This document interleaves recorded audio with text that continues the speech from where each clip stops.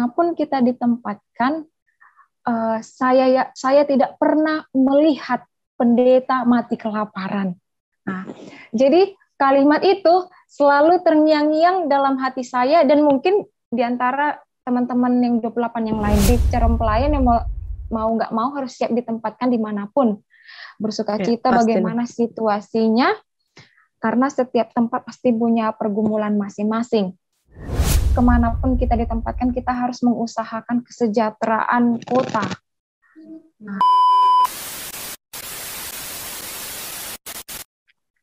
Shalom Bapak Ibu teman-teman penonton setia dan pendengar channel YouTube dan Spotify HKBP. Bertemu lagi dengan saya Neti Pasaribu dan segenap tim Birotik dalam podcast HKBP episode 22.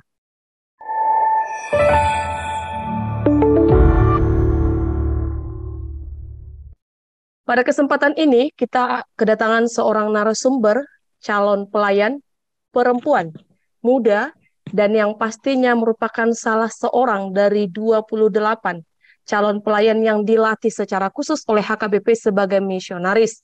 Dan saat ini sedang menjalani masa praktek LPP yang pertama di luar negeri.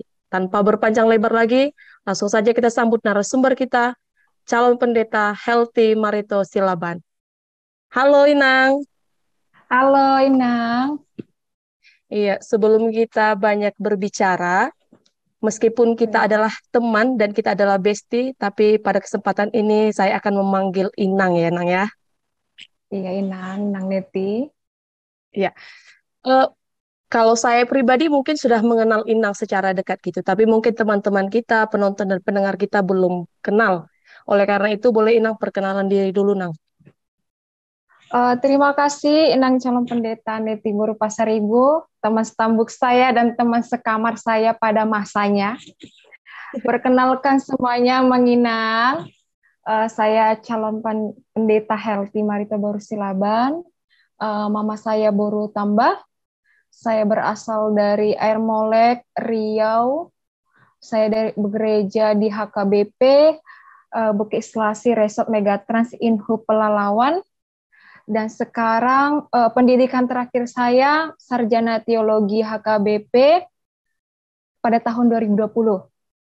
Tamat saya tahun 2020 dan mengikuti tes calon pelayan HKBP tahun 2021, kemudian bulan Maret 2022 menerima SP atau surat penugasan pertama sebagai calon pendeta melalui kerjasama kantor pusat dan secara khusus Biro Zending HKBP memberikan SP kepada saya di pos PI Zending HKBP di pos pelayanan Zending Sungai Petani Kedah, Malaysia.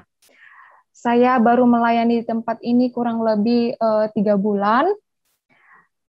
Mungkin barangkali itu saja perkenalan singkat dari saya.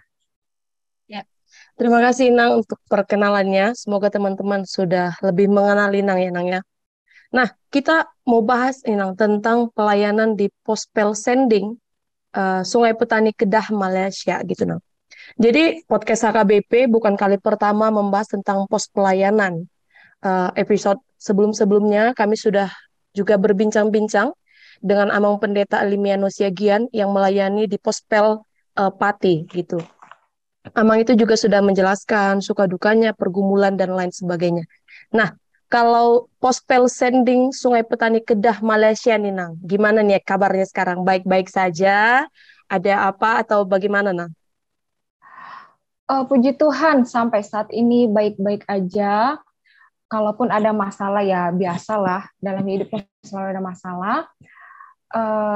Kita masih dalam masa membaur karena kemarin kan fase COVID-19 atau COVID-19. Jadi Sungai Petani, HKBP Sungai Petani baru buka gereja bulan tahun awal tahun. Dan di Malaysia ini baru buka pendatang atau boleh orang luar datang mulai 1 April, seperti itu. Dan kondisinya tidak bisa dibilang luar biasa, tidak bisa juga dibilang sepi, biasa-biasa saja, masih biasa-biasa saja. Iya, kita bersyukur ya Nang bahwa kemudian Pospel Sending Sungai Petani Kedah Malaysia ini akhirnya terbuka kembali gitu. Tapi kita akan bahas itu nanti, Nang. Yang pertama yang ingin kami tanyakan adalah, seperti yang saya sampaikan tadi, bahwa Inang adalah salah satu dari 28 misionaris yang dilatih secara khusus oleh HKBP gitu. Bagaimana tanggapan Inang tentang hal itu? Karena kita lihat HKBP saat ini, terutama di kepemimpinan periode ini, sangat serius tentang sending HKBP sampai melatih 28 calon pelayan untuk kemudian dikirim ke pos-pos sending HKBP. Bagaimana tanggapan Inang pribadi dengan keseriusan hal itu? Terima kasih Inang. Tanggapan saya secara pribadi mewakili 28 orang yang diutus sebagai misionaris HKBP. Pertama, saya pribadi merasa apa maksud program OPWI Euporus dan jajarannya untuk mengadakan program para misionaris. Mungkin ini suatu hal yang baru, mungkin ataupun yang udah lama cuma diperbaharui ataupun sedang digalangkan kembali. Secara khusus kami pribadi secara khusus saya pribadi dan teman-teman pasti merasa ada hal penasaran seperti itu.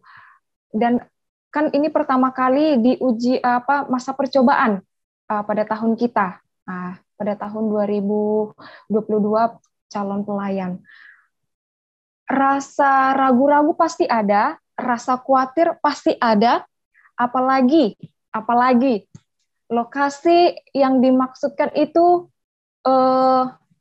misalnya di suatu lokasi yang memang jauhlah dikatakan dari masyarakat. Seperti itu. Kami pasti mempunyai rasa takut, rasa bimbang. Tapi kami bersyukur melalui pelatihan para misionaris selama kurang lebih 2 minggu di Zaitun Silangit, ada banyak pembekalan para pelayan yang diundang oleh HKBP sendiri, para narasumber untuk memberikan motivasi, memberikan semangat kepada kami. Ya, mungkin awal motivasi kami mungkin ada yang mungkin mau menyerah, ada mungkin yang khawatir dan takut.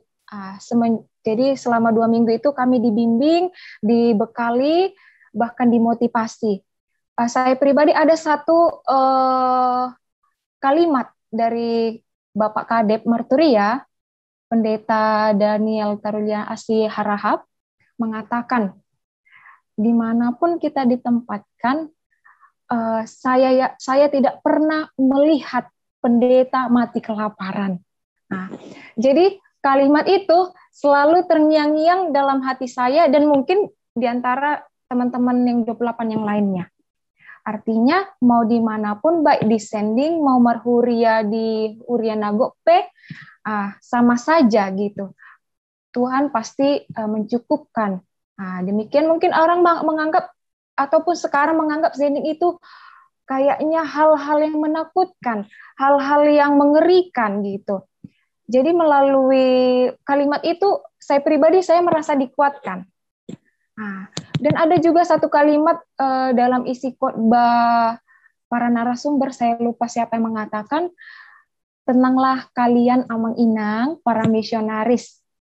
Sebelum kamu sampai ke lapangan, Tuhan Yesus sudah berada di sana. Seperti itu. Artinya, dimanapun kalau kita menyerahkan hati kita, menyerahkan hidup kita, mau itu di pelosok, mau itu di perkotaan, maupun dimanapun itu, Tuhan telah menyusun rencananya untuk kebaikan kita. Jadi, melalui program HKBP itu, tidak hanya di pelosok yang kita tahu sending, ada juga di trans, artinya tidak kota, tidak desa, ada juga di kota secara khusus pelayanan kepada mahasiswa, itu di Lampung, di Aceh, kemudian kalau di desa mungkin arah Riau, kayak seperti Pulau Rupat, Bengkalis, dan sekitarnya. Kemudian kalau di luar negeri, baru ini, yaitu saya sendiri ditempatkan di Sungai Petani Kedah, Malaysia. Sebelumnya ada calon pendeta ditempatkan di sini, yaitu kakak kita Stambuk 2013, yaitu calon pendeta Kak Feraria Borsi Hombing. Ya, Kemudian, saya yakin, ya, ya, saya yakin bahwa pernyataan Inang barusan adalah mewakili dari ke-28, 27 teman kita yang lainnya ya, Nang ya. Karena kalau saya pribadi juga, saya intens berkomunikasi dengan teman-teman yang bersending yang lainnya, dan pernyataan mereka hampir sama ketika mereka pertama tahu bahwa mereka adalah salah satu dari 28 misionaris yang dipersiapkan HKBP, ada perasaan bertanya, mengapa nih harus saya? Terus ada perasaan takut, tapi kemudian sesudah mengikuti pelatihan selama 2 minggu, mereka merasa diyakinkan, dan untuk itu kita perlu berterima kasih ya Nang ya dengan pimpinan saat ini yang sudah mempersiapkan semuanya dengan baik gitu ya Nang ya. iya, begitulah kira-kira, Inang. Ya, kalau tadi kita sudah bahas Inang tentang profil Inang secara pribadi, baru tanggapan Inang tentang keseriusan pimpinan melatih calon pelayan sebagai misionaris yang kemudian ditempatkan di pos-pos sending HKBP. Saat ini kita akan fokus berbicara tentang pospel sending Sungai Petani Kedah Malaysia. Kalau tadi Inang sampaikan bahwa uh, peribadahan di situ baru dimulai di awal tahun gitu ya Nang ya. Bagaimana pelayanan HKBP sebelumnya? Bagaimana pelayanan HKBP sebelum terjadi COVID? Bagaimana sih sejarah berdirinya pospel sending Sungai Petani Kedah Malaysia ini Nang gitu? Terima kasih, Inang. Ya, saya akan menceritakan sejarah berdirinya pos pelayanan HKBP Sungai Petani Kedah ini. HKBP Sungai Petani Kedah sudah berumur 4 tahun. Diresmikan pada tanggal 6 Mei 2018. Awal dari pos ini terbentuk sebanyak 11 jiwa atau 11 orang. Jadi jemaatnya ini rata-rata adalah pekerja dari Indonesia, pekerja imigran Indonesia atau PMI yang disingkat sekarang. Jadi awalnya itu diresmikan oleh Kepala Departemen Marturia Emeritus, yaitu Pendeta Dr. Ana Vera Pangaribuan, pada 6 Mei 2018. Awalnya gini, banyaknya pekerja imigran Indonesia atau PMI negara ini termasuk suku Batak. Tidak hanya orang suku-suku yang lain, bahkan banyak di sini orang Batak yang menjadi pekerja imigran di Indonesia, imigran Indonesia. Jadi melihat para pekerja atau suku Batak yang datang ke tempat ini cukup banyak, HKBP turut campur dan turut ambil bagian dalam hal ini. Suku Batak juga membutuhkan pendampingan spiritual bagi mereka, sehingga HKBP merasa bahwa ini adalah bagian dari tugasnya. Sebelum HKBP hadir di Kedah atau di Malaysia ini, gereja karismatik sudah hadir di negara bagian Kedah ini dan cukup eksis. Karena mungkin kita tahu bagaimana cara pelayanan karismatik, sehingga ada seperti perlombaan siapa yang jemaatnya paling banyak, seperti itu. Jadi di sini melalui pekerjaan Roh Kudus, Tuhan menggerakkan hati para hambanya. HKBP melihat bahwa mereka, jemaat HKBP yang merantau ke sini, perlu mempertahankan jati dirinya.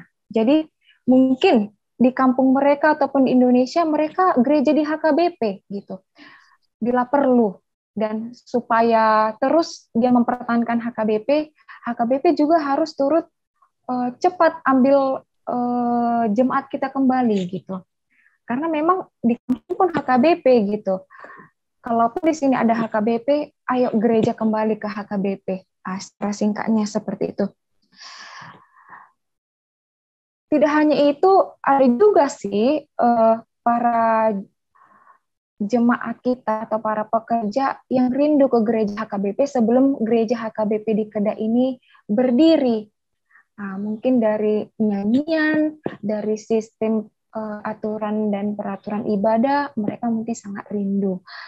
Makanya dari latar belakang itu terbentuklah gereja HKBP Sungai Petani Malaysia ini. Ada 3 orang sebelum gereja ini terbentuk atau para misionaris Para misionaris yang bernama Amang Edward Hutapea, Sintua Edi Siagian, dan Sintua Samuel Sitanggang yang menggerakkan awal dari gereja HKBP Sungai Petani ini. Tidak terlepas juga dari pelayan dan dari beberapa pendeta yang datang. Jadi gereja selama gereja ini terbentuk, ada beberapa kali beberapa pendeta diundang dari Indonesia untuk melakukan pelayanan. Misalnya pendeta, kalau kita tahu pendeta Mixon Simarmata, pendeta Ance, dan lain sebagainya. Seperti itu. Tidak terlepas dari itu, HKBP Sungai Petani ini di bawah naungan Biro Zending HKBP atau di bawah naungan Kadep Marturia. Dan peran Kadep Marturia dan Biro Zending di sini juga sangat penting untuk memajukan HKBP Sungai Petani. Jadi ketika pos pelayanan diresmikan pada tanggal 6 Mei 2018 diresmikan gereja HKBP ini, HKBP Sungai Petani Kedah ini juga ditetapkan dua orang calon sintua, yaitu tadi Amang Edi Siagian dan Amang Samuel Sitanggang sebelum mereka jadi sintua. Mereka yang berdua ini juga pekerja migran dari Indonesia. Jadi mereka bisa tinggal di tempat ini ataupun bisa sekaligus melayani di tempat ini, ada kontrak dari pekerjaannya. Jadi atau kilang, pabrik. Jadi pabrik di sini memberikan kontrak. Jadi kalau ada masalah di imigrasi, mereka boleh menunjukkan kontrak kerja mereka seperti itu. Kemudian pada periode Mei 2018 sampai Agustus 2019, gereja HKBP Pospel ini masih di bawah naungan Amang Edward Hutapea.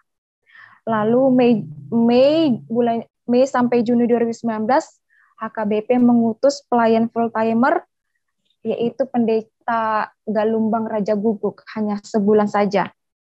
Lalu setelah pendeta Galumbang Raja Guguk, diutus kembali pelayan full-timer, yaitu kakak kita, tahun 2013, calon pendeta Ferraria Borusi Hombing, yang menerima SP pada bulan Juli 2019, yaitu dari Kepala Biro Zending HKBP. Melihat pelayan sudah mencukupkan, ataupun pelayan sudah bisa menolong HKBP Sungai Petani, sudah datang inang calon pendeta Ferraria Hombing, sudah ada calon sintua 2 orang, kemudian saudara atau Amang Edward ini menyerahkan HKBP Sungai Petani kepada Amang Edi Siagian sebagai koordinator HKBP Pos Pelayanan Sungai Petani Kedah. Setelah mengikuti pembekalan selama kurang lebih 1,5 tahun, Pak Amang Sintua ini ditabiskan menjadi sintua di waktu yang sama, dan di waktu yang sama juga pendeta melakukan pelayanan peneguhan pernikahan kepada salah satu jemaat. Sebelum melakukan peneguhan, sudah dibekali dengan pengenalan akan kekristenan. Lalu ada baptisan 2 orang anak jemaat campuran etnis Chinese dan Batak. Kemudian gereja ini hanya terdiri 1 pos pelayanan saja, artinya cuma sendiri atau berdiri sendiri. Kira-kira seperti itu, Inang, penjelasan singkat secara berdirinya gereja HKBP Sungai Petani Kedah, Malaysia. Iya, berarti awalnya ini memang atas dasar kerinduan dari orang-orang Batak, Kristen yang bekerja di Malaysia, Inang ya. Kemudian hal itu disambut baik oleh HKBP, kemudian mendirikan Pospel Sending Sungai Petani Kedah, Malaysia, Inang ya. Ya, seperti yang Inang sampaikan tadi, Nang, bahwa Pospel Sungai Petani Kedah, Malaysia ini sudah berusia 4 tahun. Tapi seperti yang kita bicarakan semalam melalui WhatsApp, bahwa Pospel ini sendiri belum memiliki gedung gereja sendiri, Nang ya, dan masih menumpang sampai saat ini, begitu ya, Nang? Iya, benar. Nah, pada saat ini sudah ada rencana nggak, Inang, mendirikan gedung gereja sendiri? Ya, kalau harapan untuk mendirikan gereja HKBP itu pasti ada ya Inang ya. Tetapi karena kita tahu di Malaysia ini adalah negara jiran atau negara yang dominasinya oleh Islam, banyak peraturan yang sangat ketat di dalam kerajaan, bahwa kendalanya tidak diperkenankan dan tidak diizinkan, apalagi kita orang asing mendirikan sebuah gereja. Nah, jadi kalau harapan pasti ada Inang. Tapi karena di sini wilayahnya juga tidak terlalu luas, kota Malaysia ini, negara Malaysia ini, ditambah lagi peraturan kerajaan yang sangat ketat, kemudian dominasi agama Islam yang terlalu banyak. Kalaupun ada gereja di Malaysia ini, itu merupakan peninggalan sejarah 20 tahun ataupun bertahun-tahun yang lalu. Dan itu pun yang pemilik gereja itu pemilik asli ataupun orang Malaysia ini, seperti Tamil Methodist Church ini, orang India. Nah, itu pun gereja yang sudah lama atau peninggalan sejarah. Jadi kami di sini gereja menumpang dengan TMC ini, Tamil Methodist Church ini, yang dimiliki oleh jemaat suku India atau suku Tamil, dengan syarat kami harus mengikuti peraturan mereka, seperti itu. Ada kalanya, jadi kendala kami gereja di sini, kami tidak bisa konsisten dengan ibadah hari Minggu. Misalnya kami selalu menetapkan ibadah hari Minggu 10.30 waktu Malaysia. Kalau suatu saat di hari Minggu mereka ada cuti kerja, karena biasanya Tamil melakukan ibadah malam, kamilah paginya. Nah, seperti itu. Jadi, kalaupun ada misalnya cuti ataupun libur hari-hari raya besar, mereka ibadah pagi, otomatis kami yang mengalah. Seperti itu. Jadi, kami menumpang, bukan menyewa. Seperti itu. Jadi, kalau di sini, kalaupun kita mau mendirikan ataupun membentuk jemaat gereja HKBP, kita tidak mempunyai tempat untuk kita sendiri. Solusinya ada dua. Yang pertama, kita menumpang di Tamil atau menyewa gedung. Nah, cuman kedua ini mempunyai negatif dan positif, plus dan minusnya. Kalau di Tamil seperti yang saya katakan tadi, harus menyesuaikan waktu mereka. Lalu dekorasi gereja kita tidak bisa mengubah. Misalnya seperti di HKBP, ada setiap minggu altar yang berwarna altar berbeda. Kita tidak boleh mengganti itu. Kita harus mengikuti aturan dan susunan yang telah ditetapkan oleh Tamil Methodist Church. Lalu, kalau kita misalnya membuat sebuah acara, misalnya mengadakan PA atau pelatihan para naposo ataupun pelatihan sintua, kita harus berdiskusi terlebih dahulu. Kita tidak bisa sembarangan memakai gereja.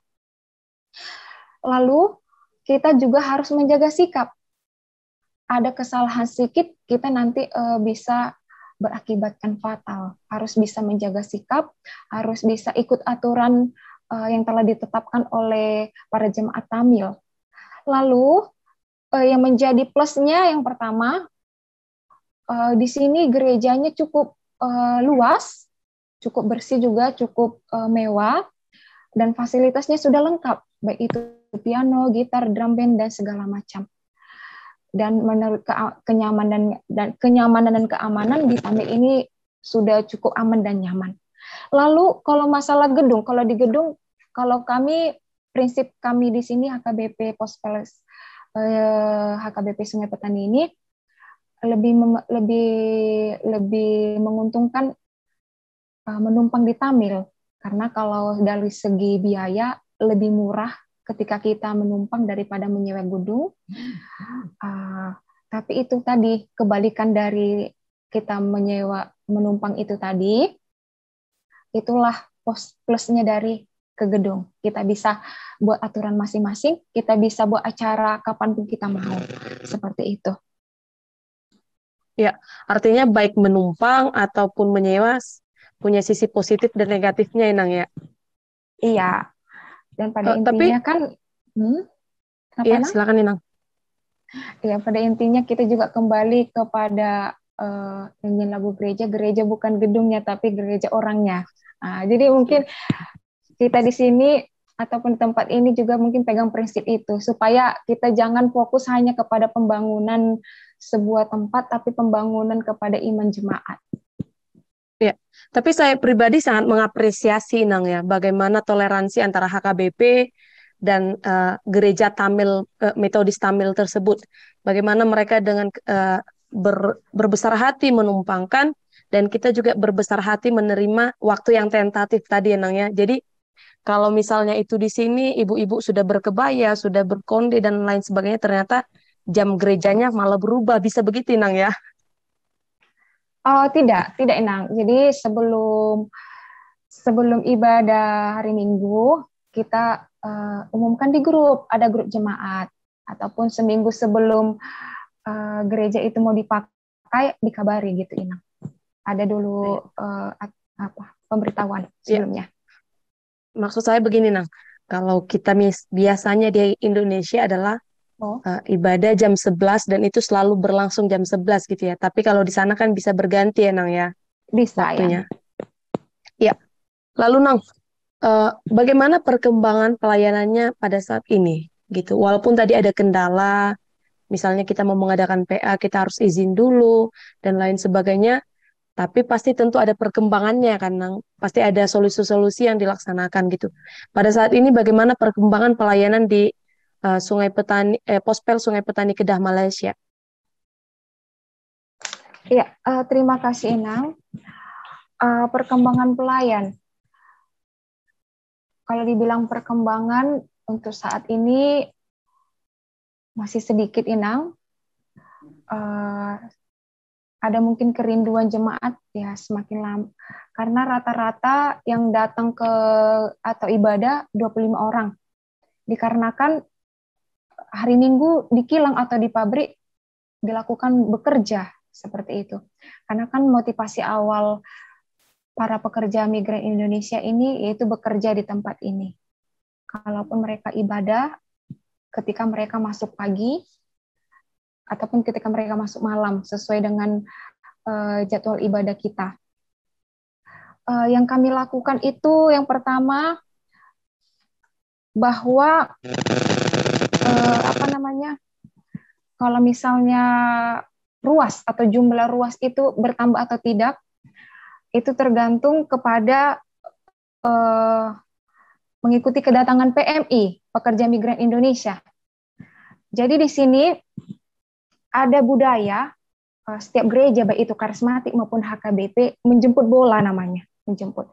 Jadi mereka kan para pekerja imigrasi Indonesia itu kan datang mungkin melihat Malaysia ini tidak tahu apa-apa. Maksudnya seperti apa, apalagi dalam ibadah. Jadi apa yang dilakukan gereja yaitu menjemput bola, mengunjungi ke kilang masing-masing ataupun mengunjungi ke asrama mereka masing-masing untuk dilakukan pembimbingan untuk mengajak jemaat. Namun sekarang belum ada 2 tahun ini karena COVID kemarin belum ada yang datang pekerja imigrasi Indonesia, jadi belum ada pertambahan jemaat. Nah, jadi pertambahan jemaat itu melihat kedatangan pekerja imigrasi Indonesia. Jadi kalau sampai saat ini belum ada lagi selama 2 tahun COVID pekerja imigrasi datang belum ada. Selama 2 tahun ini sudah ada juga yang pulang karena mungkin kan sudah habis kontrak, sudah rindu keluarga dan mungkin sudah cukup mereka bekerja di sini sekitar 30 ke 35 gitu yang sudah pulang. Jemaat kita waktu sebelumnya 2 tahun sebelumnya 75 orang, yang sudah pulang ke Indonesia 35 orang. Kemudian yang masih aktif sampai sekarang ada juga yang tambah dari beberapa dari kilang, misalnya dari kilang Johor atau dari kilang sebelumnya. Jadi yang masih aktif ataupun yang terhitung sekarang jumlah jemaat itu sebanyak 55 orang termasuk kaum keluarga. Kaum keluarga di sini ada sekitar 5 keluarga. yaitu campuran Chinese dan campuran India. Iya, Lalu, ya, nah, eh, itu tadi masalah perkembangan jemaat. Apa saja yang kami layani? Jadi untuk karena ada kalanya pasti di setiap gereja ada persoalan dan pergumulan, apalagi kebanyakan naposo. Kita tahu ya Inang, apa saja pergumulan naposo, baik itu di kilangnya, di asramanya, dalam lingkungannya. Ada kalanya mungkin itu juga sebuah tantangan bagi kita para pelayan.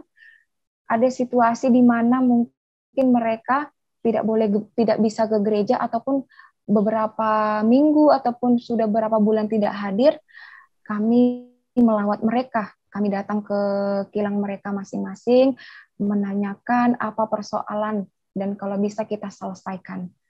Jadi kadangkala kami melihat gereja itu sepi, kami bertanda tanya sama jemaat, para pelayan juga, pada kemana semua ini, ya itulah yang kami lakukan. Selain kami menchat pribadi, selain kami juga mengunjungi mereka, kami juga yang pertama kita harus doakan gitu supaya mereka hadir. Ibadah di sini Enang, kalau tidak mengikuti metode Tamil, biasanya jam 10.30, tapi sekarang kami sudah konsisten jam 10 karena ada anak keluarga di sini sekolah hari Minggu. Hari Minggu masih sekolah gitu. Jadi supaya dia tidak orang tuanya tidak ketinggalan menjemput anaknya, kami harus keluar dari gereja jam 12. Jadi anak-anak di sini anak keluarga uh, hari Minggu sekolah. Jadi kalau ibadahnya siang, kami optimis dan konsisten harus jam 10 mulai ibadah. Lalu pelayanan yang kami lakukan juga ibadah pertanyaan jam 9 malam Malaysia. Kenapa jam 9 malam? Karena pekerja di sini, apalagi yang masuk pagi, pulangnya sudah jam 7 atau jam 8. Untuk mereka siap-siap adalah setidaknya setengah jam. Jadi kami mengikuti jemaat, mengikuti situasi jemaat supaya ibadah itu boleh berlangsung. Kemudian sebelum saya di sini, ada pelayanan dilakukan oleh para pelayan sebelumnya atau calon pelayan sebelumnya melakukan retreat untuk meneguhkan ataupun menambah iman para jemaat supaya tidak boring hanya ibadah mungkin di apa melulu, tapi ada suatu refreshing, mungkin pengenalan terhadap alam atau namanya kalau di Indonesia ibadah padang. Nah, seperti itu. Kira-kira seperti itu, Ina. iya. Terima kasih Inang untuk penjelasannya. Tapi satu hal yang sangat menarik bagi saya tadi mendengar penjelasan Inang adalah tentang jumlah ruas. Tadi yang Inang sampaikan adalah jumlahnya 50, yang tercatat 50 Inang ya. Yang mau saya 54 pertanyakan orang. begini Inang. Iya, 54 orang. Yang mau saya pertanyakan begini Inang. HKBP yang terjadi selama ini adalah ketika dia tercatat sebagai ruas, tentu secara administrasi dia sudah memperlengkapi surat-surat, surat pindah, surat pernyataan, dan lain sebagainya. Nah, jemaat yang Inang sampaikan tadi di Sungai Petani Kedah Malaysia ini kan eh, rata-rata dan hampir seluruhnya adalah pekerja Indonesia yang bekerja di Malaysia, begitu kan Inang ya? Apakah hal Apakah tentang keadministrasian surat-surat ini juga dilakukan di Pospel Sending ini, Nang? Atau bagi mereka yang mau gabung, silakan gabung, atau hanya sebatas seperti itu gitu, Nang? Iya, secara administrasi mungkin yang maksud Inang katakan itu misalnya kayak di Indonesia dicatat keluarga ini anaknya tanggal lahir seperti itu. Kami juga mencatat Inang data-data pribadi mereka, pekerjaan mereka di kilang mana, tinggal di mana. Tapi hanya sekedar itu. Lebih dari kayak misalnya administrasi lain itu kan Inang udah gereja mandiri Inang. Di sini kalaupun misalnya masalah biaya ya dari ucapan syukur, dari persembahan seperti itu. Kalaupun ada yang mau menyumbang apa dari donatur. Kalau yang ingin Inang maksud mungkin itu seperti gereja yang sudah mandiri ya Inang. Nah, kita kan belum mandiri, hanya administrasinya mungkin hanya sekedar data jemaat. Lalu kemudian kalau berpisah kalau mereka pulang ke Indonesia kita melakukan perpisahan. Kalau administrasi hanya sekedar itu saja, Inang, baru itu saja. Ya, berarti ada perbedaan yang signifikan Inang ya antara hurian nakuk dengan pospel Inang ya. Oh iya, Inang. Nah, Karena kan selanjutnya kita Inang. prinsipnya gini. Oh iya, Inang. Ya, Nah, silakan lanjutkan karena Inang. prinsipnya gini kan, Inang. Kita tahu kan, Inang, para jemaat kita ini yang sedang karena memang ingin mencari nafkah. Nah, artinya secara khusus kita HKBP pos pelayanan ini tidak mau menitik beratkan kepada jemaat, misalnya memberikan kita atau memaksa memberikan persembahan atau apa, itu sesuka rela hati gitu.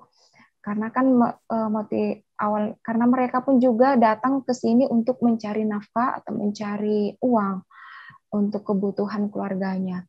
Jadi kita tidak terlalu masalah dana, tidak, maksudnya bukan tidak perlu, perlu, tapi cuman tidak itu yang menjadi prioritas. Ya, pertanyaan saya selanjutnya seperti ini, Nang. Pada umumnya sering sekali terjadi yang katakan ketika satu dua ruas masih bersama, mereka bisa ngomong baik-baik begitu.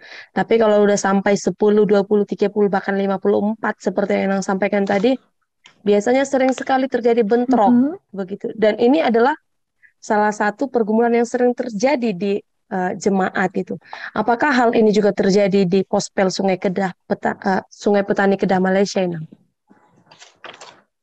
Iya, Mas Inang gini ya, ketika sudah terbentuk ada istilah kita berjuang satu, Iya. baru ketika sudah jadi justru marbada, pasti ada lah, Inang. Di setiap gereja saya rasa ada, seringkali terjadi karena perbedaan pendapat. Di sini yang lebih dominan kepada perbedaan pendapat, Inang. Selebih dari itu paling masalah-masalah kecil, lalu adanya semangat yang sudah melemah atau semangat yang sudah patah, itu yang kita hendak bangun supaya kedepannya jemaat tetap semangat bergereja di HKBP, supaya mereka semakin rindu untuk memuji Tuhan. Iya. Yang saya sampaikan tadi adalah salah satu pergumulan yang sering terjadi di gereja gitu. Tapi untuk Sungai Petani Kedah Malaysia sendiri, apa sih pergumulan terbesarnya? Seperti yang Inang sampaikan tadi, bahwa berada di tengah negara jiran Malaysia, menjadi minoritas, apakah mungkin terjadi intoleransi, atau kalau tidak ada penghargaan dan lain sebagainya? Apakah hal itu juga menjadi pergumulan di Sungai Petani Kedah Malaysia, Inang? Terima kasih, Nang. Selama saya 3 bulan di sini, kalau intoleran itu saya belum lihat. Saya belum lihat. Yang selama ini sampai 3 bulan ini saya belum lihat, dan semoga jangan diganggu. Belum ada yang masalah kayak mungkin di Indonesia perebutan pembangunan gereja, belum ada. Sepertinya ada toleransi satu sama lain, asalkan kita bisa menjaga sikap. Jangan melihat atau menunjukkan kita terlalu nampak kali Kristenan kita, misalnya seperti itu, karena mungkin pasti mereka anti. Oleh karena itu, dari pakaian pun harus dijaga, sikap pun harus dijaga, dan kita harus menyadari bahwasanya kita menumpang. Jadi kalau itu sudah kita pegang, mereka pun juga menghargai kita. Tapi untuk sampai saat ini saya belum melihat, dan semoga jangan ada yang namanya intoleran. Ya, jadi embel-embel orang tentang negara jiran Malaysia dan lain sebagainya itu sebenarnya adalah negara yang sebenarnya sangat toleran, Inang ya. Bisa jadi, bisa jadi. Karena mungkin saya di tempat ini, ya Nang. karena mungkin saya di tempat yang masih sampai saat ini masih melihat toleransi lah gitu. Iya, tapi dengan catatan harus menjaga sikap Inang ya. Jangan, Iya, kalau orang Batak bilang jangan si panggaron Inang ya.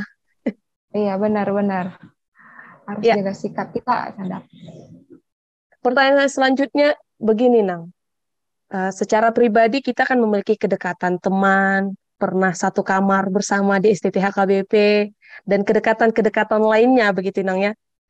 Mendengar penjelasan Inang dari tadi, sebenarnya saya pribadi sangat bisa dibilang sangat mengapresiasi bahwa teman saya yang beberapa tahun lalu bersama-sama dengan saya di kampus bisa seperti sekarang ini menurut saya sangat luar biasa gitu. Kita semua mungkin memiliki pergumulan masing-masing menjalani masa prakteknya begitu Nang ya, tapi Benar-benar. menurut saya pribadi pergumulan-pergumulan yang kami alami ini sedikit tertolong karena kami masih berada di dalam negeri, artinya masih dekat dengan keluarga, budayanya masih hampir sama dengan yang selama ini kami jalani. Inang sendiri menjalani masa praktek yang pertama, kemudian bersending pula, kemudian di luar negeri pula. Apa sih tips dan trik yang Inang sering lakukan ketika menghadapi pergumulan-pergumulan yang terjadi di lapangan, Inang? Iya, terima kasih Inang. Ya, kita menyadari mau itu di kota, dalam negeri, di luar negeri pasti ada masalah. Saya pikir pun di sini pun sama masalahnya, walaupun basicnya ataupun kesannya di luar negeri. Yang pergumulan yang saya rasakan, yang pertama kan kita tidak mempunyai, kita tidak sebebas di negeri kita. Artinya seperti kalau kita hendak kemana-mana, kita cukup punya SIM, data pribadi, kita sudah bisa kemana-mana. Tapi di sini kendalanya kita harus mempunyai SIM atau lesson, dikatakan di sini, yang membutuhkan biaya besar. Jadi untuk menanggulanginya itu, kita naik kendaraan umum, seperti misalnya kereta api, bus, Grab, dan semacamnya. Kendalanya juga kalau kita melayani di negara jiran ini atau di luar negeri, kita harus memiliki yang namanya izin tempat tinggal, yaitu dengan mengurus visa. Nah, jadi untuk mengurus visa itu ya ada syarat-syaratnya seperti itu, tidak hanya sembarangan. Nah, mungkin kita juga bisa melihat syarat-syarat pengurusan visa. Itulah yang menjadi kendala di luar negeri. Suatu saat nanti ketika imigrasi, karena di sini imigrasinya tidak sekalem dan sebaik di Indonesia. Jadi silap sedikit kita bisa masuk ke sel ataupun kita ditolak, dipulangkan kembali. Harus pintar-pintar menjawab, pintar-pintar cari alasan yang logis dan alasannya yang sangat-sangat real lah, seperti itu. Tips dari saya, yang pertama, supaya enjoy melayani di luar negeri, yang pertama ya pasti seperti yang kita pelajari juga ya Inang di kampus, mungkin ya harus bersuka cita. Kita sudah memilih jadi calon pelayan yang mau nggak mau harus siap ditempatkan dimanapun. Bersuka Ya, cita pasti. bagaimana situasinya, karena setiap tempat pasti punya pergumulan masing-masing. Awalnya kita bangun sukacita. Kalau kita sudah bangun ungut-ungut ataupun rasa khawatir ataupun tidak semangat, pasti kedepannya pun kita tidak semangat. Kemudian menganggap, kalau saya pribadi, tipsnya menganggap pergumulan itu adalah tantangan yang harus dihadapi. Kalau ada yang pergumulan, yang pertama saya lakukan, yang pertama merenung, ambil waktu untuk merenung bersama Tuhan, kemudian mendoakan apa yang menjadi pergumulan saya dan bagaimana mengambil keputusan. Lalu tips yang ketiga bagi saya, kalau kita melayani di luar negeri, kita juga harus memahami dan mengenali di mana kita berpijak. Setiap negara pasti punya peraturan masing-masing. Dan yang kemudian yang saya ingat dalam pelatihan misionaris, bahwa yang ditekankan kepada kita dalam Yeremia 29 ayat 7 dikatakan, kemanapun kita ditempatkan, kita harus mengusahakan kesejahteraan kota. Nah, artinya kita harus mengusahakan kesejahteraan kota dimanapun dan apapun tempat itu. Dan yang selalu saya tekankan kepada jemaat, saya selalu tekankan kepada jemaat dan di dalam setiap khotbah saya, dalam ayat Alkitab 1 Korintus 15 ayat 58, kita jangan jemu-jemu untuk selalu siap dalam pelayanan Tuhan, karena tidak ada yang sia-sia dalam pelayanan Tuhan. Seperti itu, lebih kurang hanya itu yang dapat saya katakan. Ya, karena kita kebetulan sama-sama adalah berasal dari Riau, Inang, yang sudah lebih familiar mungkin dengan bahasa Melayu yang itu pun adalah bagian dari bahasa yang dipergunakan di Malaysia. Tapi secara Inang pribadi, bahasa menjadi kendala nggak dalam pelayanan Inang di Sungai Petani Kedah, Malaysia, Inang? Sampai sejauh ini tidak, karena yang saya layani orang Batak. Orang Batak artinya, kalaupun ada bahasa yang lain, ada juga terkadang mereka sampai tidak sadar mereka terbawa dengan bahasa Melayu. Lambat laun saya memahami, kadang saya ini maksudnya apa, Amang Inang. Itu kendala juga, cuman tidak terlalu spesifikan gitu. Karena kan kita juga dari Melayu juga kan di Riau seperti itu. Jadi kalau hal yang biasa lah kata-kata, cuman mungkin di sini lebih campur bahasa Inggris bahasanya. Kalau masalah bahasa untuk melayani tidak terlalu menjadi hal yang sulit, karena memang kan orang Indonesia dan orang Batak. Kalaupun ada orang yang suku yang lain, mereka pun mengerti bahasa Indonesia. Ya, berarti bahasa tidak menjadi kendala, Inang, ya? Iya, tidak menjadi kendala, Inang. Ya, sebelum kita mengakhiri podcast kita hari ini, Nang, terakhir, sebagai calon pelayan yang melayani di Malaysia, apa sih pesan-pesan Inang dan harapan Inang tentang Pospel Senting HKBP Sungai Petani Kedah Malaysia ini, dan apa pesan-pesan yang ingin Inang sampaikan kepada penonton, kepada pendengar, terkhususnya kepada teman-teman kita 27 orang lainnya yang saat ini juga sedang melayani di sending-sending HKBP lainnya, Nang. Silakan, Inang. Terima kasih, Inang. Harapan saya, semoga gereja HKBP terus bertumbuh di dalam maupun di luar negeri. Dan semoga juga HKBP terus para pelayannya selalu bersemangat, siap ditempatkan dimanapun, baik itu di desa, di kota, maupun di luar negeri, tanpa memikirkan yang pertama tentang hal-hal yang lain, tapi nikmati dulu, lalu jalankan apa yang menjadi tugas dan tanggung jawab yang telah ditetapkan oleh pusat seperti itu. Lalu kemudian harapan saya secara khusus kepada HKBP Sungai Petani ini, semoga semakin semangat, semakin bergiat, jangan pernah putus asa, dan jangan pernah menyimpang. Apalagi di sini tantangannya sangat besar, Inang, karena di sini kan banyak wanita, pekerjaan wanita, dan jemaat kita pun banyak wanita. Pasti apalagi Naposo sangat merindukan yang namanya masa-masa Naposo itu ya, Inang, kita tahu. Apalagi jangan sampai mereka mempertaruhkan iman mereka karena mengejar seseorang misalnya, atau mengejar seseorang karena situasi di sini mungkin tidak semudah di Indonesia, dan laki-laki pun tidak sebanyak di Indonesia karena lebih dominan perempuan.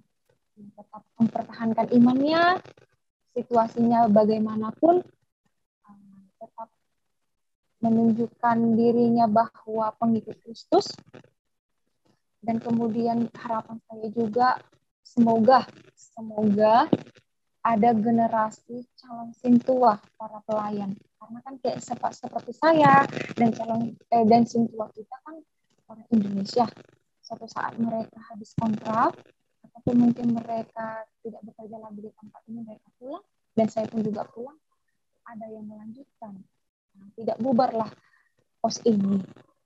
Secara khusus harapan saya kepada kaum keluarga yang ada di sini karena mereka mendapat di sini, supaya mereka mau memberikan dirinya untuk menjadi sintua, pelayan, agar kiranya gereja HKBP Sungai Petani ini tetap berdiri. Walaupun nanti kami, para pelayan yang ditempatkan pada saat ini, pindah tempat kemana itu. Lalu harapan saya semakin menunjukkan bahwa kita bagaimana budaya kita di Indonesia, apalagi orang Batak, anak niraja, boru niraja. Nah, jangan sampai di sini kita meninggalkan budaya Batak itu. Gitu. Artinya tetaplah mempertahankan budaya kita yang baik-baik itu, kita bawalah ke tempat ini supaya orang Batak, nama orang Batak itu ataupun HKBP tetap harum. Dan tips buat teman-teman, apalagi 27 misionaris yang mungkin akan menonton ini, percayalah teman-teman, maupun di kota, di desa, maupun di luar negeri, Tuhan pasti menghibur kita di tengah pergumulan kita. Mungkin kita melihat, saya pribadi, secara khusus mungkin di luar negeri gitu, pasti hal yang mungkin ada yang menganggap suatu hal yang luar biasa. Tapi percayalah teman-teman, percayalah kawan-kawan yang 27 yang lain, setiap tempat pasti ada pergumulannya. Setiap tempat pasti ada masalahnya. Intinya kita harus tetap menjaga hati kita supaya kita tidak terpaku kepada masalah dan buat masalah. Dan jangan berkecil hati. Kalau nantinya mungkin kita ada beberapa tahun ini mungkin atau di suatu tempat selama 2 tahun atau 3 tahun, ataupun nanti rolling atau di daerah ascending, ya kita doakan kita bisa menikmati baik itu di pelayanan desa, di kota, maupun di luar negeri. Dan harapan saya mungkin kepada HKBP khususnya, Inang yang ada di kantor pusat mungkin bisa dipertimbangkan supaya mungkin kita sama-sama mungkin merasakan bagaimana pelayanan di desa, di kota, di luar negeri. Jangan ada mungkin timpang tindih. Mungkin itu mungkin juga pergumulan teman-teman yang lain, supaya sama-sama mendapatkan pengalaman. Jadi semangat buat kawan-kawan. Saya tidak bisa memberikan motivasi karena kita sama-sama para pelayan, pasti tahulah kita bagaimana memotivasi diri. Intinya di hati kita masing-masing, bagaimana kita menanggapi persoalan itu. Artinya tetaplah jaga eksistensi kita sebagai pelayan, yaitu melayani dan bukan untuk dilayani. Hanya itu yang bisa saya sampaikan, Inang. Iya, luar biasa sekali Inang ini. Saya tidak menyangka bahwa Inang adalah teman saya. Ya, terima kasih Inang sudah menyediakan waktunya untuk berbincang-bincang menjadi narasumber di podcast HKBP. Semoga yang kita sampaikan tadi boleh menginspirasi para pendengar, para penonton, terutama boleh menjadi sedikit perubahan di tengah-tengah HKBP. Juga semangat untuk teman-teman misionaris lainnya, Inang ya. Iya, Inang. Ya, kami dari kantor pusat, teman-teman yang ada di sini mengucapkan semangat untuk Inang. Juga untuk teman-teman yang lainnya tetap bersuka cita. Terima kasih, Inang. Kalau ada waktu, bolehlah main ke sini, Inang. Ya, tergantung undangan dan tergantung tiket pesawat, Inang. Oke. Ya, terima kasih, Inang. Semangat dan sampai jumpa. Demikian, teman-teman, bincang-bincang kita dalam podcast HKBP episode 22 ini. Kita masih akan bertemu dan berbincang-bincang lagi dengan narasumber dan dengan pembicaraan-pembicaraan yang lebih menarik lainnya. Tetap bersama kami di podcast HKBP untuk episode-episode selanjutnya. Shalom dan sampai jumpa.